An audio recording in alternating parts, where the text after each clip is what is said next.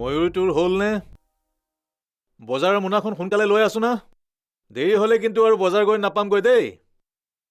ঘাটৰ লোকেল মাছবোৰ ৰাতিপুৱাই বেপাৰী আহি লৈ যায়। ভাল মাছ নাপালে আলহীক খুৱাবি কি? আৰু ককাইদেউক যদি লোকেল মাছৰ আঞ্জাখন খুৱাব নোৱাৰো মনটো বেয়া লাগিব নহয়। চাহ একাপ খাই যাওঁ নেকি? নাই এতিয়া চাহ নাখাওঁ বুজিছ। আগতে গৈ মই মাছটো লৈ আহোঁ আৰু অহাৰ সময়ত শনিবৰীয়া বজাৰত সোমাই বাকীবোৰ বস্তু লৈ আহিম। আৰু সেই সময়তে তই পিঠা পনা কি আছে বনা। আলহী সোনকালে পাবহি। হ'ব দেউতা। এই অৰুন্ধতী ক'ত? তাই গা ধুবলৈ সোমাইছে। হ'ব দে মই আহোঁ।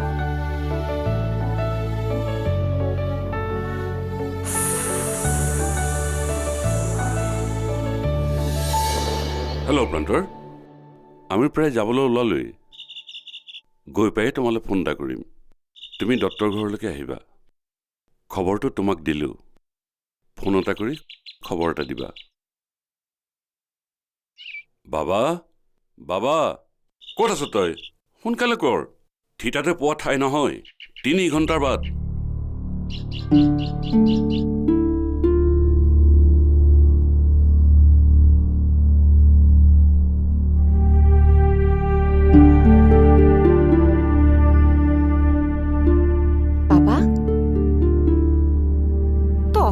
ইয়াত এনেকৈ বহি আছ।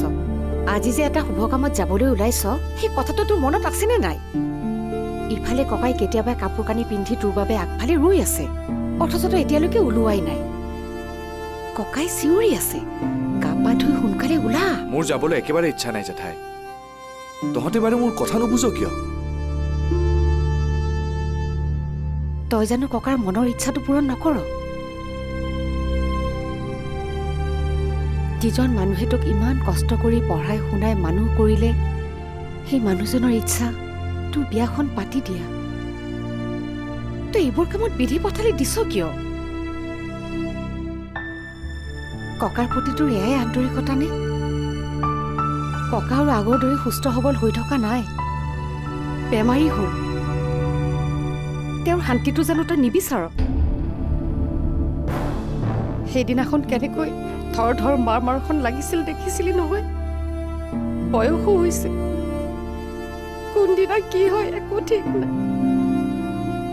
কিবা এটা হলে মনৰ আশা মনতে ৰব।